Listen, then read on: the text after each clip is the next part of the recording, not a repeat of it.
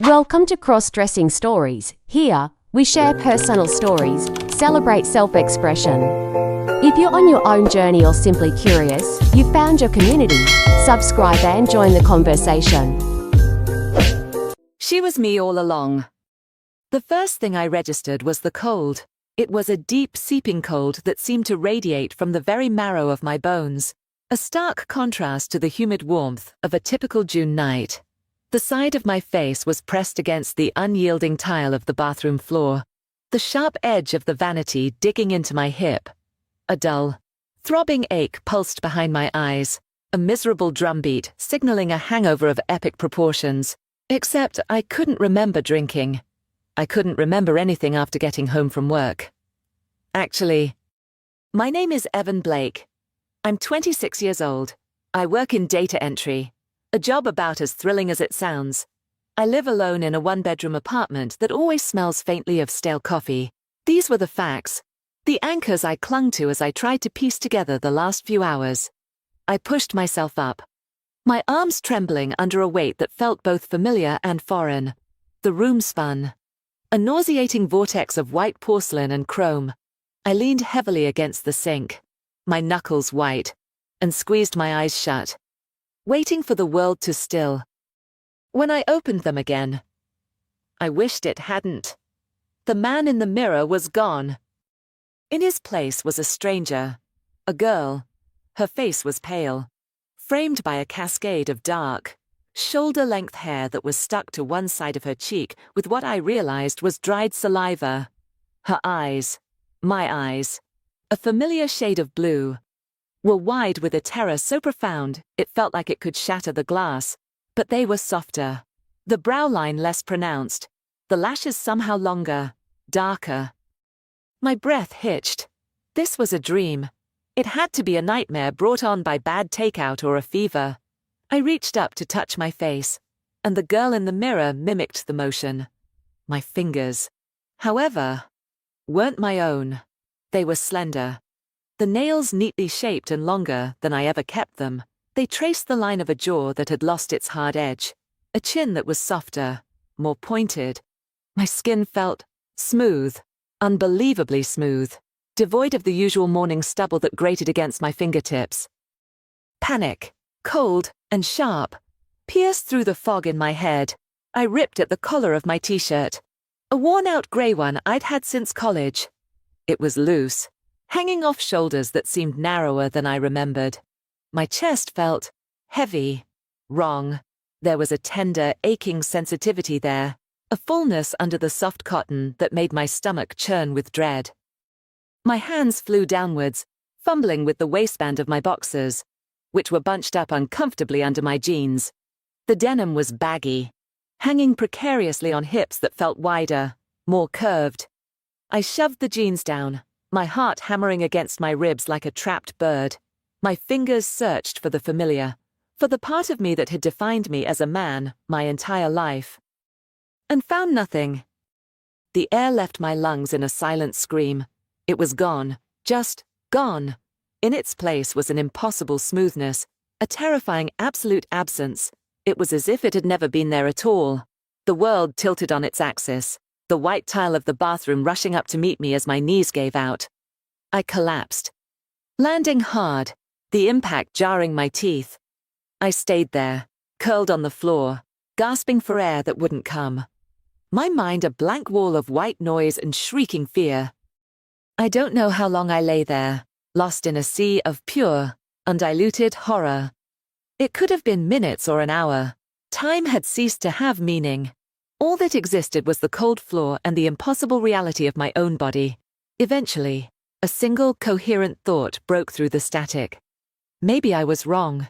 Maybe in the dark, in my panic, I had imagined it.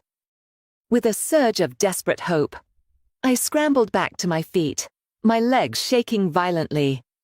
I flicked the light switch. The harsh fluorescent light of the vanity flooded the small room, banishing every shadow, leaving no room for doubt. I forced myself to look in the mirror again, to truly see. The girl was still there.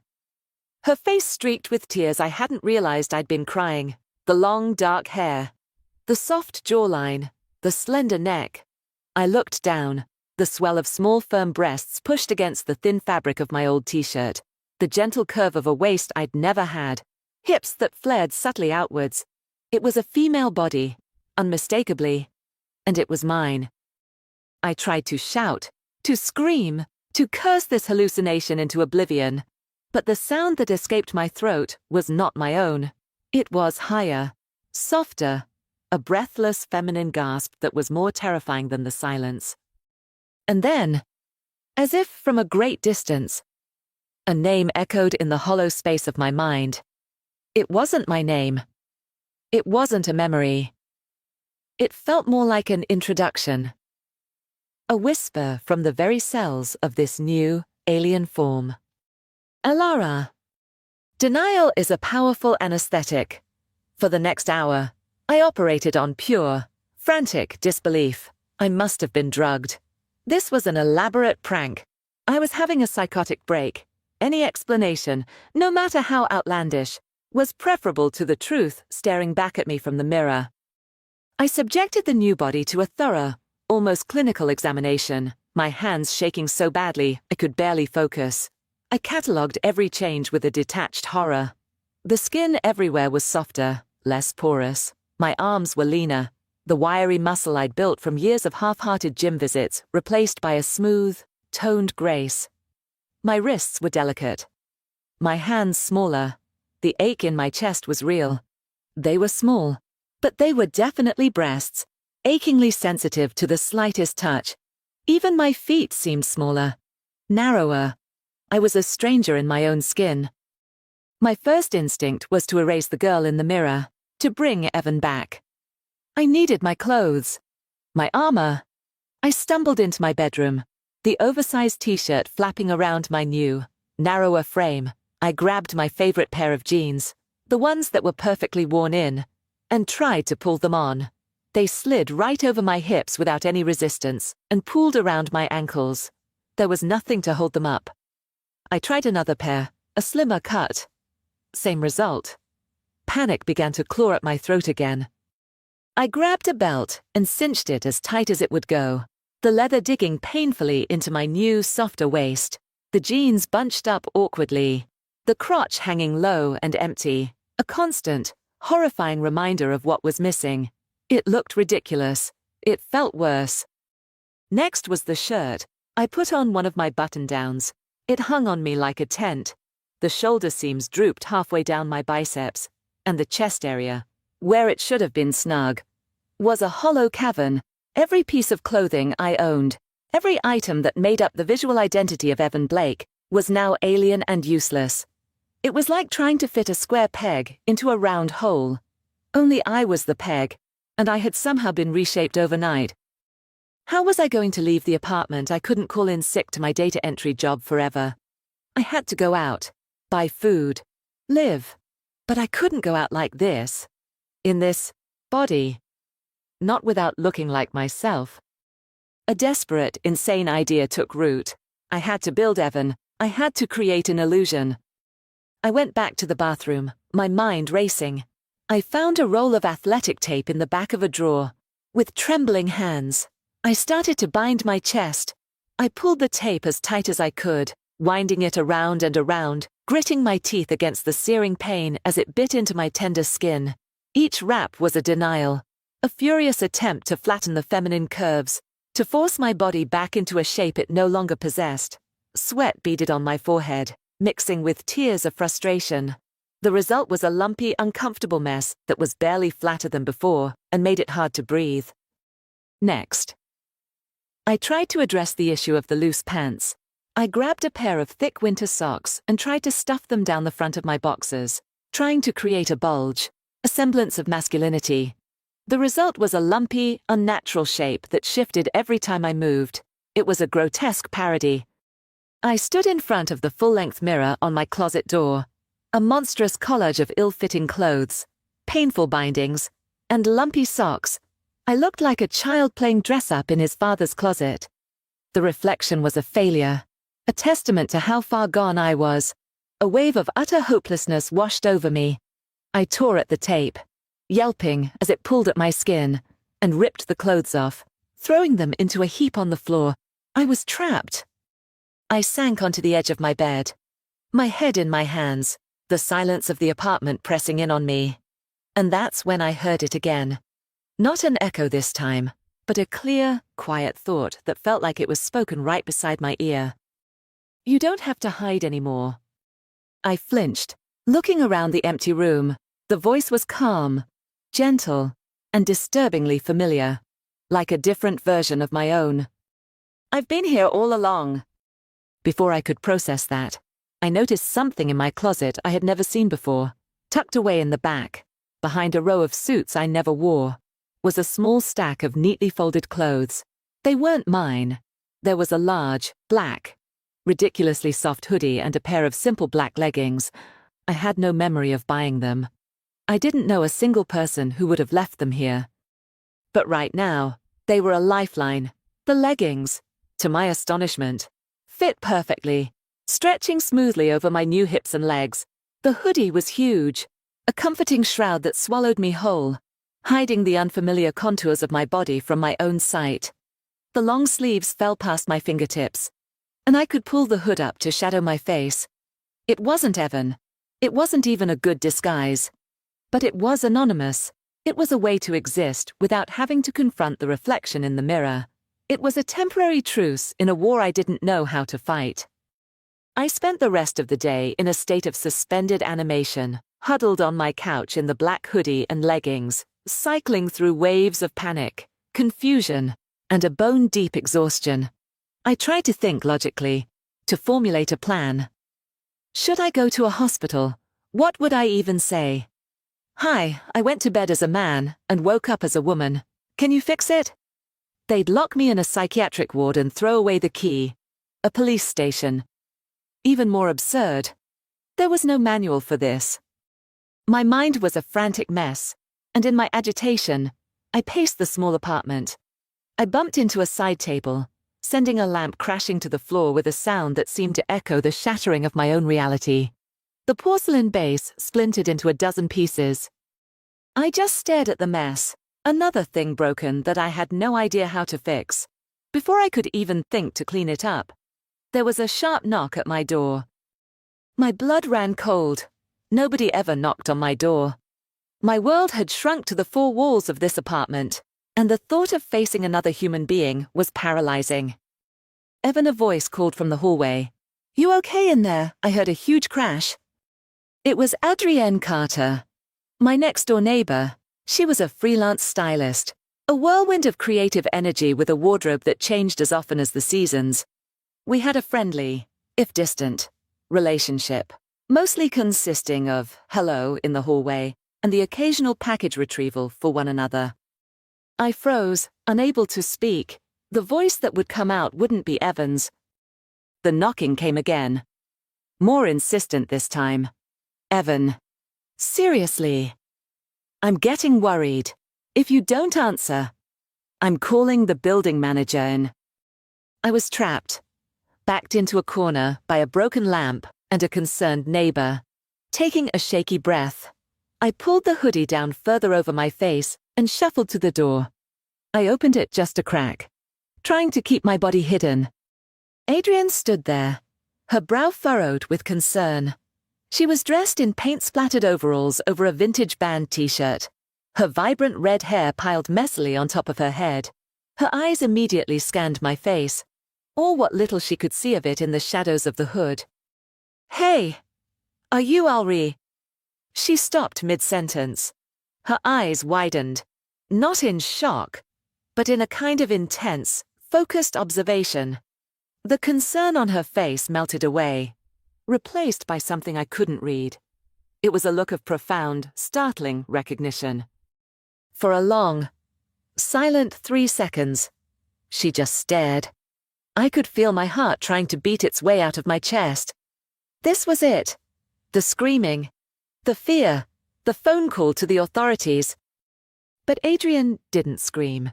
She didn't even look scared. She just tilted her head, her gaze sweeping over me from head to toe, taking in the long hair, the soft features I was trying to hide, the unfamiliar shape under the baggy hoodie. Then, her lips curved into a small, sad, and strangely knowing smile. "Evan," she said, her voice soft. Is that really you? Oh my God!" And then she said the words that made the floor drop out from under me for the second time that day. "I knew this might happen," she said, her voice barely a whisper. I didn't think it would be today." My mind went blank. How could she possibly know before I could form a single question? She gently pushed the door open, stepped inside, and closed it behind her, shutting out the rest of the world. She looked at me, her expression a mixture of sympathy and unbelievable calm. "Come on," she said, her voice gentle but firm. "Let's go over to my place. You look like you could use a drink. And probably some clothes that fit." Numbly, I followed her. Her apartment was a mirror image of mine in layout, but a world away in personality. It was filled with color, art, fabrics, and life. It smelled of cinnamon and turpentine. It felt like a sanctuary. She sat me down on a plush velvet couch and handed me a glass of water, which I drank down without even realizing how thirsty I was. She didn't press me with questions. She just sat across from me, watching me with those unnervingly calm eyes. "First things first," she said, breaking the silence. "You can't keep hiding in that. You look like you're drowning." She stood up and disappeared into her bedroom, returning a moment later with a small pile of clothes. She laid them on the coffee table. There was a simple black lace bralette, a pair of soft denim shorts, an oversized, cozy-looking knit sweater, and a long flowing maxi dress the color of mint green. My immediate reaction was a full-body cringe. I can't wear that," I stammered, the words coming out in that higher, foreign voice. "Why not?" she asked, not unkindly. "Because Evan wouldn't."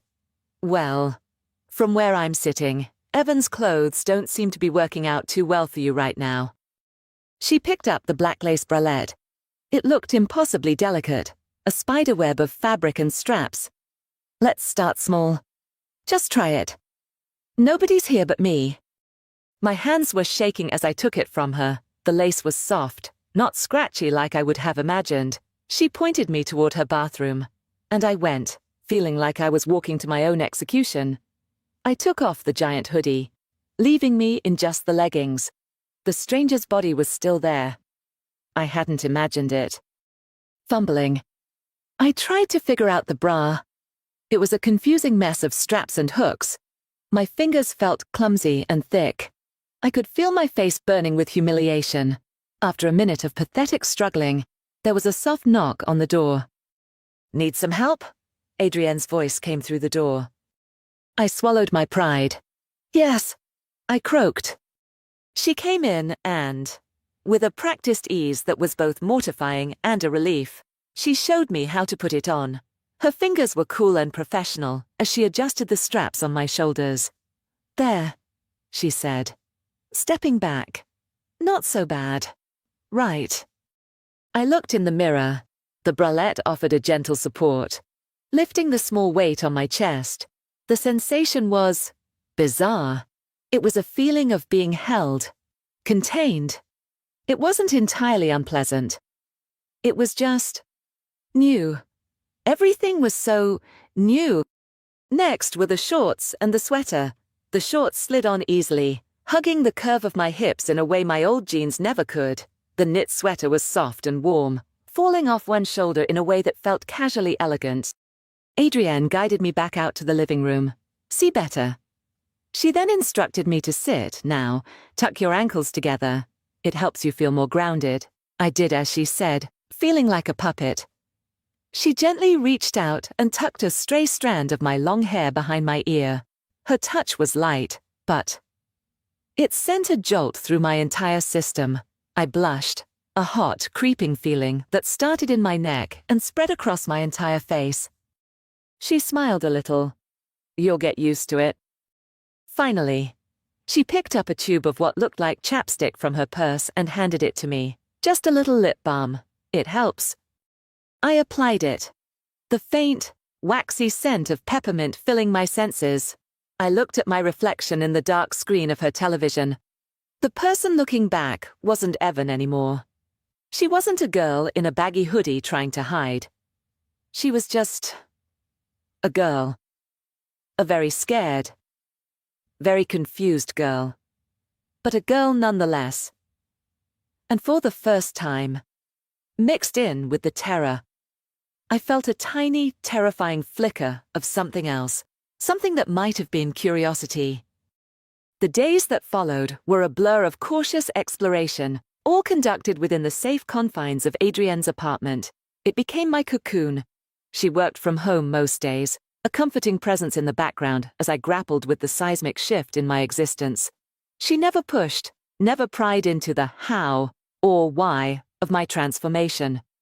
She accepted it as fact, a fundamental truth that didn't need questioning, and that unwavering acceptance was the only thing keeping me sane. My old life was on hold. I sent a vague email to my boss at the data entry firm, citing a sudden family emergency that required me to take an indefinite leave of absence. I knew it was a temporary fix, but I couldn't imagine walking into that office, into Evan's life, ever again. Adrienne, in her infinite wisdom, decided the best therapy was practical application.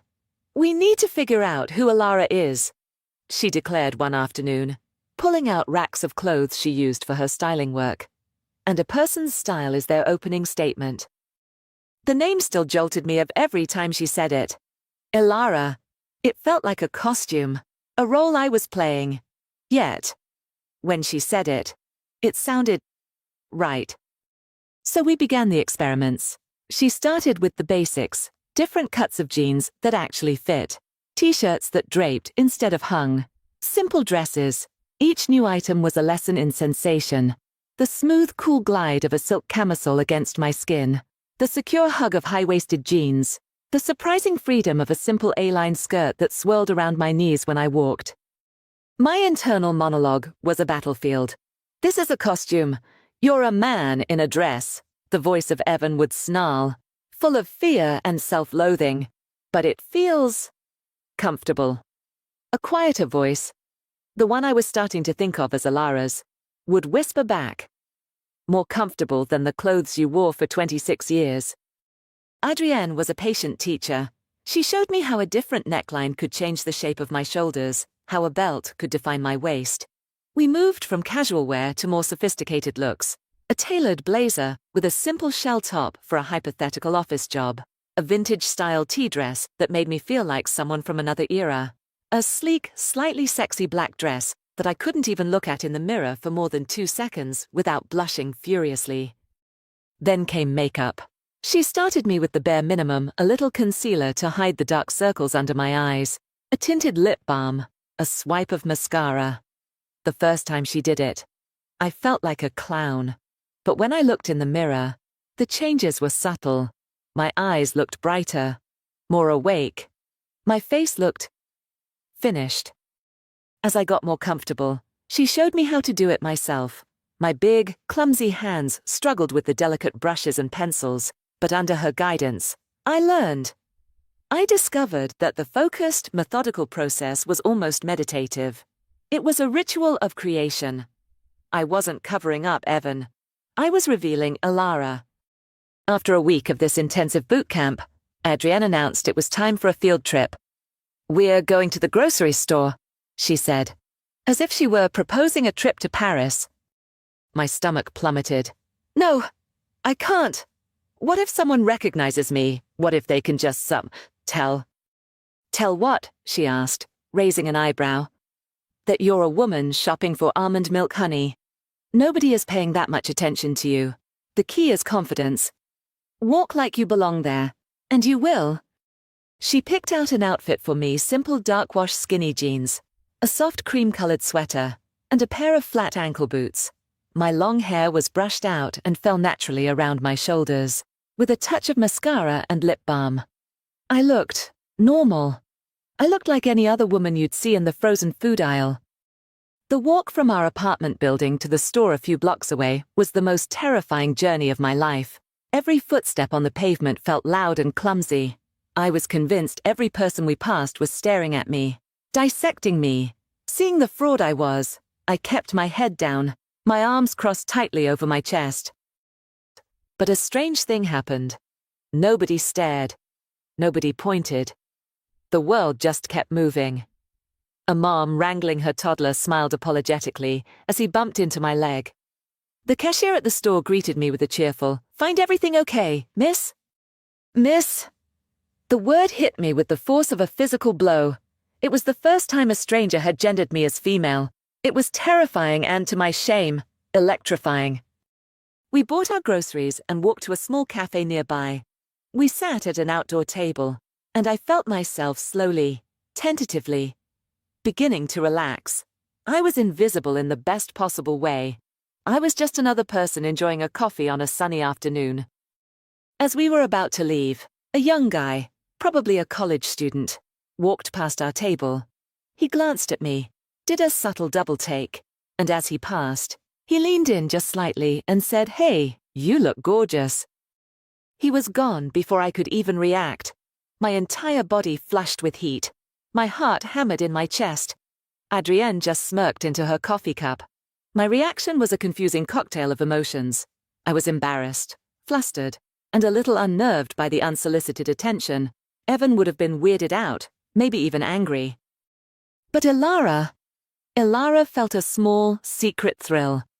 It was the first time anyone had ever looked at me and seen a woman worth complimenting. It was validation. And it scared me to death how much I didn't hate that feeling. It was the first time I realized that maybe, just maybe, I liked being her. The small bubble of financial security Evan had built was rapidly deflating. My family emergency excuse wouldn't last forever, and the thought of returning to that sterile office, to that life, was now impossible. I wasn't Evan anymore. I needed a job as Ilara. The prospect was daunting. My resume was Evan's.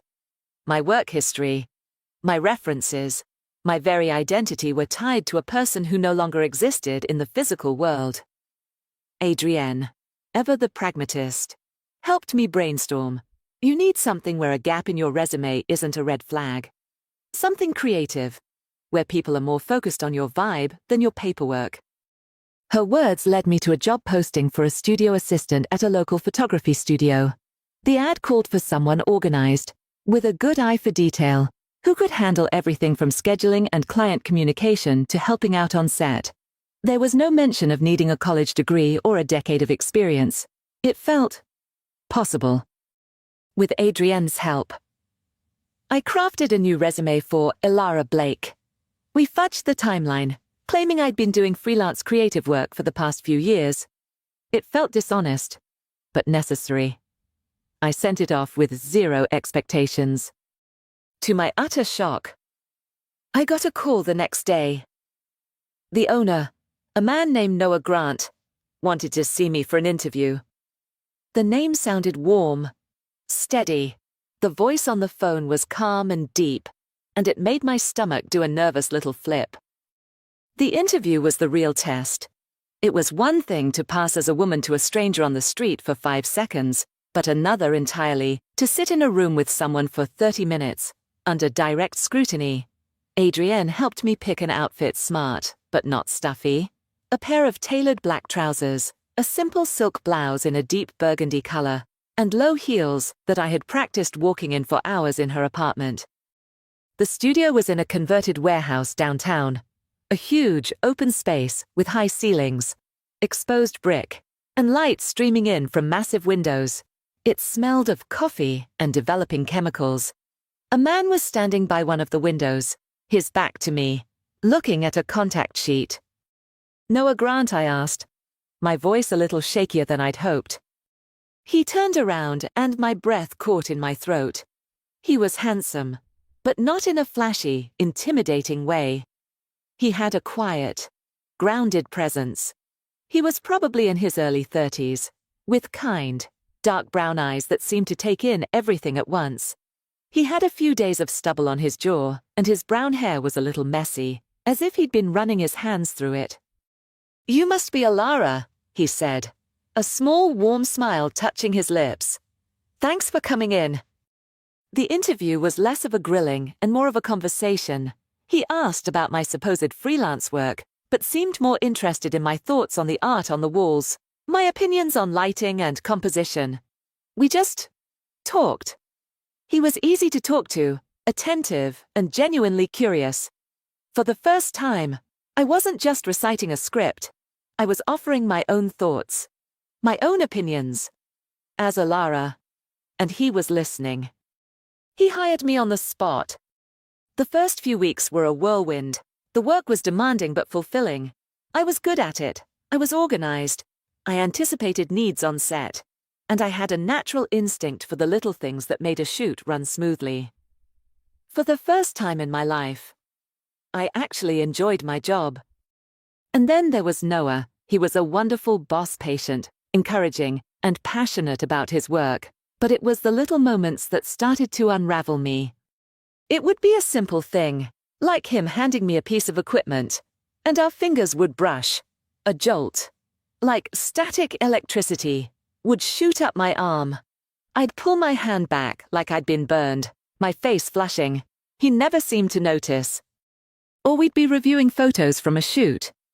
Leaning close together over the computer screen, I'd be so aware of his presence. The scent of his coffee and something uniquely him, a clean, woodsy smell. I'd find it hard to breathe, my mind entirely focused on the few inches of space between our shoulders.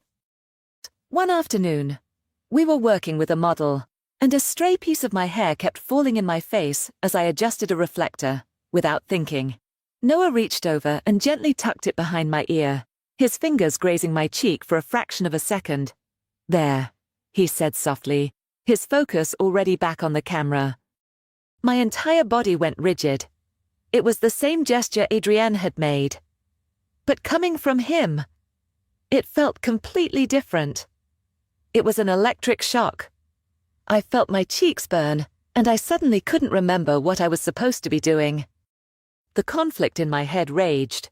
The remnants of Evan Blake screamed that this was wrong. I was a man. I shouldn't be feeling this fluttery, weak-kneed attraction to another man. It was a betrayal of everything I had been. But the voice of Alara whispered that it wasn't wrong at all. It was natural. He was a kind, attractive man, and he was being kind to me. The feelings weren't Evan's. They were mine. The tipping point came during a late-night shoot for a fashion brand. We had been working for 12 hours straight, and the studio had gotten cold as the sun went down. I was shivering, rubbing my arms to try and get warm. Noah noticed. He stopped what he was doing, took off the soft, worn denim jacket he was wearing, and walked over to me. He draped it over my shoulders. "Here," he said, his voice low. "You look freezing." The jacket was heavy and smelled of him. It enveloped me in his warmth. It was such a simple, considerate gesture, an act of kindness. But for me, it was earth-shattering. The weight of the jacket on my shoulders felt like an anchor in the storm of my confusion. It felt protective. It felt intimate. A tremor ran through me that had nothing to do with the cold. I looked up at him, my heart pounding so hard I was sure he could hear it. Our eyes met for a long moment, and I saw something in his gaze, a softness, a flicker of something more than just professional concern. My mind was a chaotic mess of warring thoughts. Why am I feeling like this? This is crazy. I'm Evan, right? The question, which had once been a statement, now had a desperate, uncertain lilt. In that moment, wrapped in his jacket, I felt more like a woman and more confused about what that meant than ever before. Life settled into a fragile, beautiful rhythm. My days were filled with the creative energy of the studio, the quiet camaraderie with Noah, and my evenings were spent with Adrienne, who had become the sister I never knew I needed. I was building a life as Alara, and for the first time, it felt less like a performance and more like my reality. The memories of Evan Blake were beginning to feel like they belonged to someone else, like a movie I had watched a long time ago. But the past has a nasty habit of showing up uninvited. It happened on a Tuesday, Noah had sent me out on a coffee run, a welcome break on a busy afternoon. The sun was warm, and I was feeling unusually light, almost happy. I was wearing a simple floral sundress that Adrienne had helped me pick out, and for the first time, I didn't feel self-conscious in it. I just felt pretty. As I was waiting for my order in the crowded cafe, I felt a pair of eyes on me. It was a common enough experience now, the casual male gaze, and I had learned to mostly ignore it. But this felt different. It was an intense, searching stare that made the hairs on the back of my neck stand up. I tried to ignore it, focusing on the barista calling out orders. "Excuse me," a man's voice said from behind me. I turned around, a polite, neutral smile already on my face. The smile froze and shattered. Standing in front of me was Derek. Derek had been my cubicle mate at the data entry firm. We weren't friends. Exactly. More like work acquaintances who bonded over a shared misery for our monotonous job. He was loud, a bit obnoxious, and the last person on earth I would ever want to see again. His eyes, wide with confusion, raked over me. They scanned my face, my hair, my dress. His brow was furrowed in a look of intense, disbelieving concentration. "Wow. Sorry to bother you," he said, shaking his head slightly, as if to clear it. For a second there, "You looked exactly like this guy I used to work with, Evan Blake. The resemblance it's insane. You could be his sister." Ice flooded my veins. My carefully constructed world began to tilt. I could feel the blood draining from my face. I had to say something, anything, to make him go away. "Oh," I managed to squeak out, my voice barely a whisper. I get that a lot. Actually, it was a stupid, flimsy lie, but it was all I could come up with." He wasn't buying it. He took a step closer, his gaze still locked on my face. "It's not just the face. The eyes. It's the eyes. They're exactly the same. And the way you're standing. Holy crap. Are you related to him? Did he ever mention having a sister?" "No," I said, my voice trembling. "No, I have to go." I grabbed my coffee order, not even caring if it was the right one, and practically ran out of the cafe, his confused shouts of, "Hey, wait," echoing behind me. I didn't stop running until I was safely inside Adriana's apartment, the door locked and bolted behind me. I slid down to the floor, my back against the door.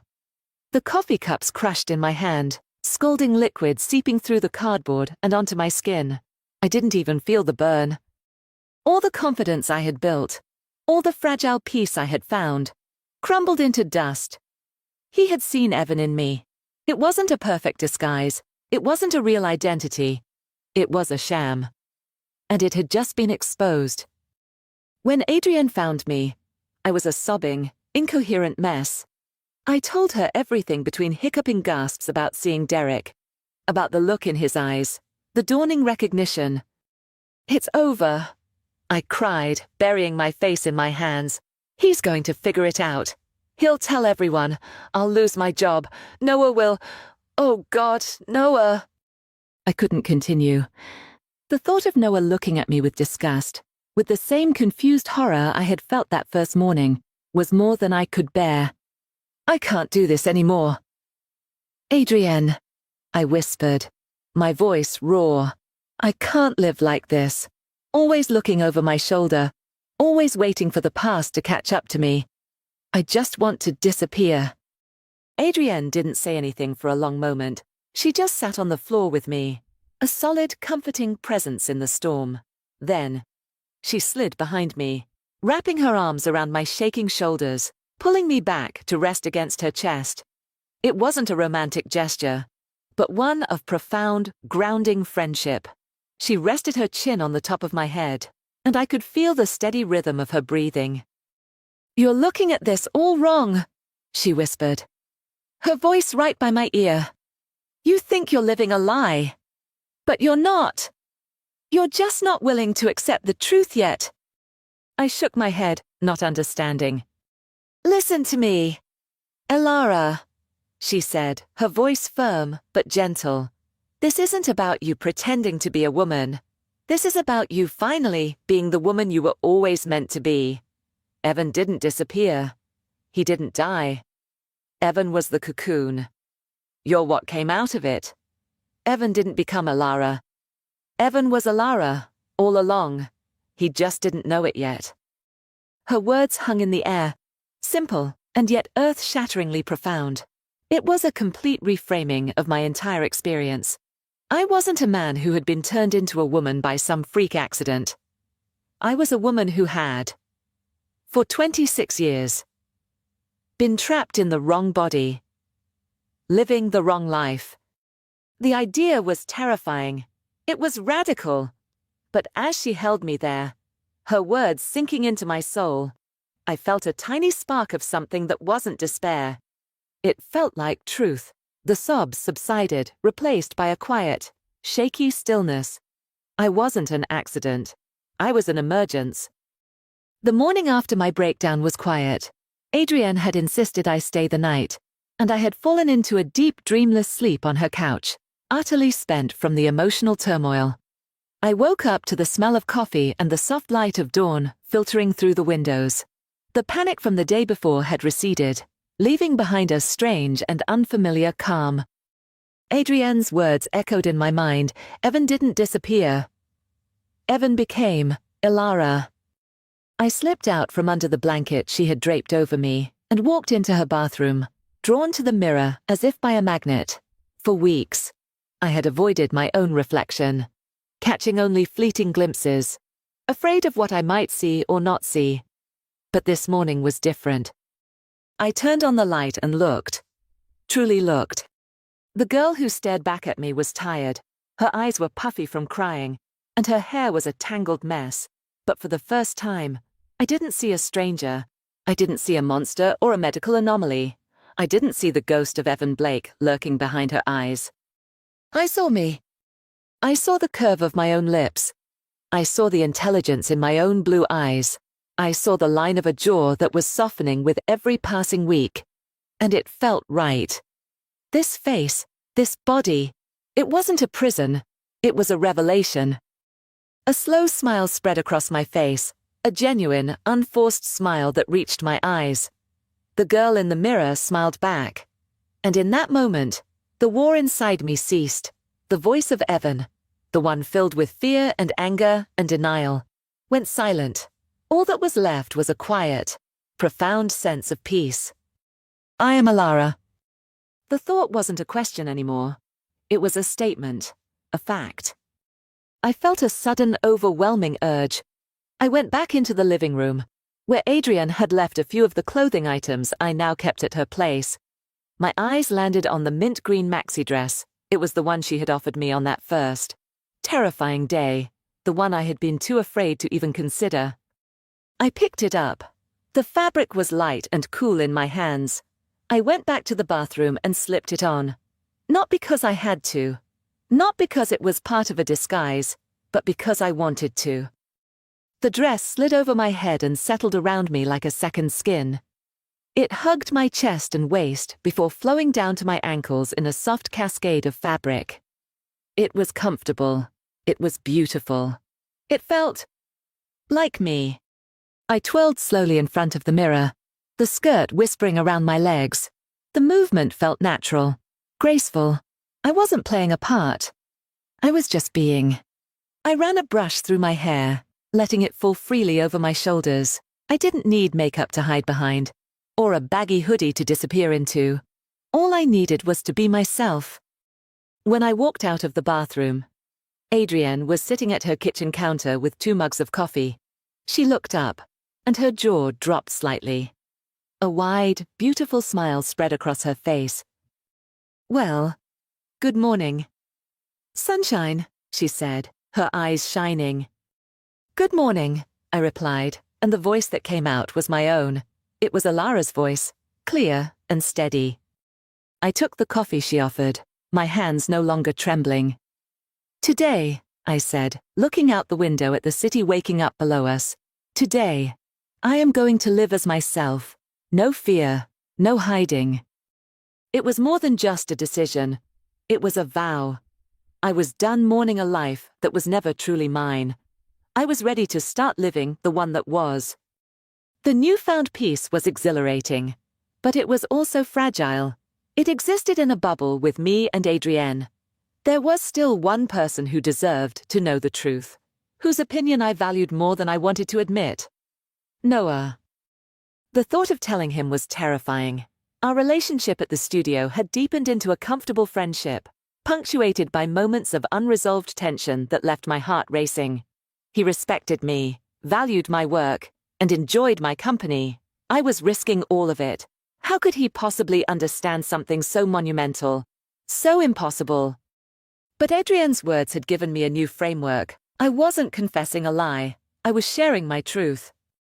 I waited until the end of the day, after the last client had left and the studio was quiet and bathed in the warm glow of the setting sun. My heart was a frantic drum against my ribs. Noah, I said, my voice steadier than I felt. Can I talk to you for a minute? He looked up from cleaning a lens, his brow furrowed with concern at my serious tone. Of course. Alara, what's up? Everything okay? Yes, there's something I need to tell you. Something about me. We sat on a worn leather couch in the corner of the studio. I couldn't look at him. I stared at my hands, twisting them in my lap. I started at the beginning, my voice low and shaky. I told him about Evan Blake, about the life I used to live, the body I used to have. I told him about waking up one morning and everything being different. I didn't try to explain it, because I couldn't. I just laid out the facts of my impossible story. With every word, I expected him to interrupt, to laugh, to get up and walk away. But he remained silent. He just listened. The silence was so complete, so heavy, that it was almost more terrifying than an angry outburst would have been. When I finally finished, the story hanging in the air between us, I couldn't bring myself to look up. I braced for the rejection, the disgust. After what felt like an eternity, he spoke. His voice was quiet, thoughtful. So, that person, Evan, that was you. I nodded, still staring at my hands, tears welling in my eyes. Yes. I waited. The silence stretched again. Then, I felt a gentle warmth on my cheek. I flinched, startled, and looked up. Noah had moved closer. He had reached out and placed his hand gently on my cheek, his thumb stroking away a tear I hadn't realized had fallen. His eyes, those kind, dark brown eyes, were filled not with disgust or fear, but with a profound, heart-stopping tenderness. I don't know what to say. Alara, he said softly, his gaze searching mine. Except, thank you for trusting me enough to tell me. He took a slow breath, his eyes never leaving my face. It doesn't matter to me who you were before.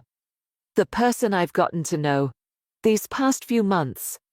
The person who is smart and kind and has a laugh that makes this whole dusty studio feel brighter.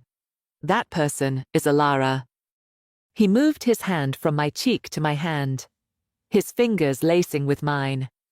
And Alara, he said, his voice dropping to a near whisper, is the person I care about.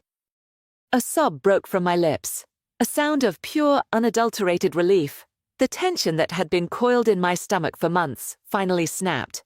I leaned forward, resting my forehead against his shoulder, and wept. I cried for the fear and the loneliness, for the confusion and the pain. But most of all, I cried because for the first time, I felt completely and totally seen. Noah didn't say anything else. He just wrapped his other arm around me, pulling me into a hug. It wasn't a hug of pity, but one of solid, unwavering support. He held me tightly as I cried, his hand stroking my back in a slow, comforting rhythm, in the safety of his arms, wrapped in his warmth and acceptance. I felt like I had finally, truly come home. Life, it seemed, had a cruel sense of irony. Just as I had finally accepted my present and begun to look toward the future, the past came back with an offer to rewrite everything. It started with an email from a generic-sounding address, from someone claiming to be from a private biomedical research institute. They said they were tracking unique energy signatures and that a significant event had been flagged at my address months ago. The email was vague but persistent, hinting at a physiological transformation and a deep understanding of my condition. My blood ran cold. I thought it was a scam, a cruel joke, until they mentioned Derek's name. They said an associate had confirmed my identity and my connection to a previous iteration. Derek, in his confusion, must have talked. Maybe he'd posted on some weird forum, or maybe he'd just gotten drunk and told the story to the wrong person. However it happened, these people had found me. Against my better judgment and Adrian's strenuous objections, I agreed to a meeting. I had to know. Noah insisted on coming with me, his hand a warm, steady presence on my back as we walked into the sterile, intimidating office building. The woman we met was named Dr. Pierce Aris. She was cold, clinical, and spoke about my transformation as if it were a fascinating but problematic data point. She explained that their institute studied fringe science, events that fell outside the known laws of physics and biology. What happened to me, she explained, was a rare but not entirely unique phenomenon, a spontaneous cellular and genetic restructuring. She didn't have a definitive cause, only theories involving latent genetic markers and an external catalyst they couldn't identify. Then she dropped the bombshell. "We believe we can reverse the process," she said, her face impassive. "We have developed a retroviral agent that can trigger the dormant genetic sequence. It can reinitiate the cascade. But in reverse, it would be a process, not instantaneous like the first time, but we are confident we can restore you to your previous state. We can give you Evan Blake's life back." The words hung in the air, sucking all the oxygen out of the room.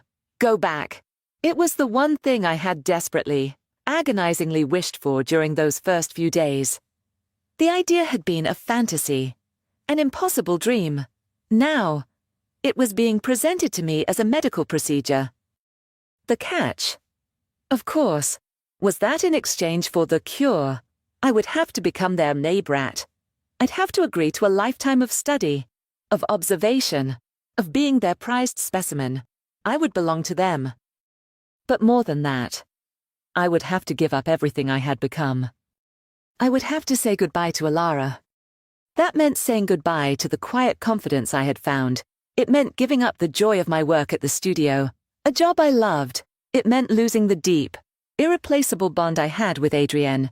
It meant erasing the tender, blossoming connection I had with Noah. It meant destroying the person he had come to care for. The choice laid before me was stark and brutal. I could return to the safety and familiarity of being Evan, a life I understood, a role I knew how to play, even if it had felt like an ill-fitting suit. A world where I wouldn't have to explain myself, where I would fit back into the neat little boxes society provides.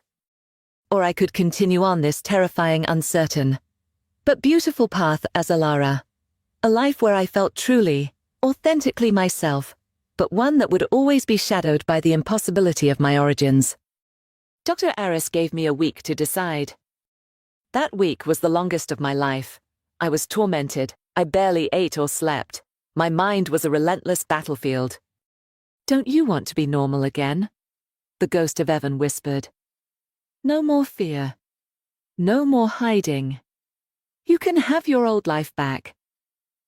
It would be so much easier. Easier for who? Alara's voice countered. Stronger now. Is it easy to live a lie?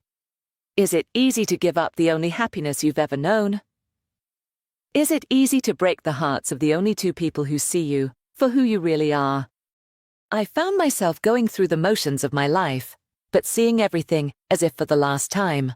The way the light hit Noah's face when he was concentrating, the sound of Adrienne's infectious laugh, the feeling of a soft sweater against my skin.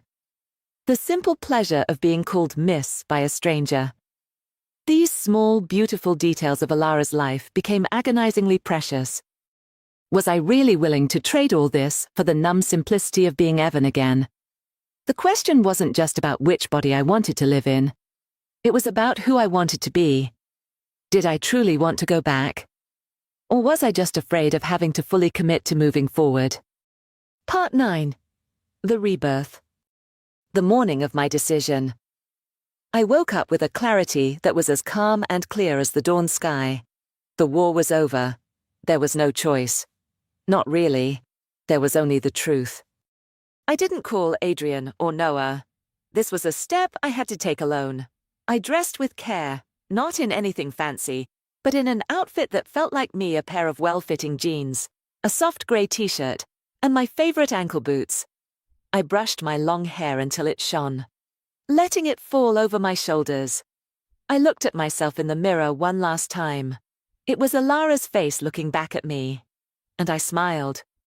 When I walked into Dr. Aris's office, she looked at me with the same clinical curiosity. She probably expected to see someone torn and tormented. She didn't. "I have my answer," I said, my voice even and strong. And she prompted, steepling her fingers on her desk. "My answer is no. I'm not interested in your cure." A flicker of surprise, maybe even annoyance, crossed her features. "I'm not sure you understand what you're giving up. Ms. Blake, the chance to be normal again." "I've never been more normal than I am right now," I replied, a real smile touching my lips. Evan Blake was a role I played for 26 years. A life that never quite fit. I didn't know it then, but I was living in a disguise every single day. Being Alara isn't a condition that needs to be cured. It's the cure. I stood up, feeling a lightness I had never known. "Thank you for the offer," I said, though I didn't mean it. "But I choose my life. I choose my friends. I choose my future. I choose me." I turned and walked out of that sterile office, out of the imposing glass building, and into the bright sunlight of the city. I didn't look back.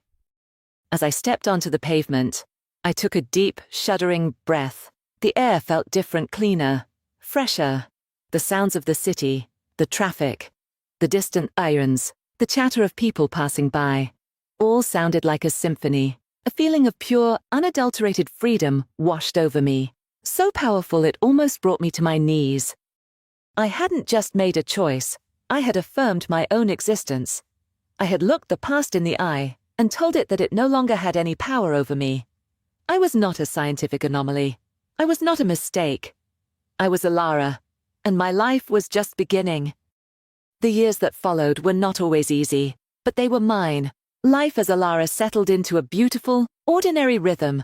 I excelled at the studio, eventually becoming Noah's partner. Not just in business, but in life. Our relationship deepened from a hesitant, tender connection into a love that was as steady and comforting as his presence had been from the start. It was a love built on total acceptance. A safe harbor where I never had to be anything but myself.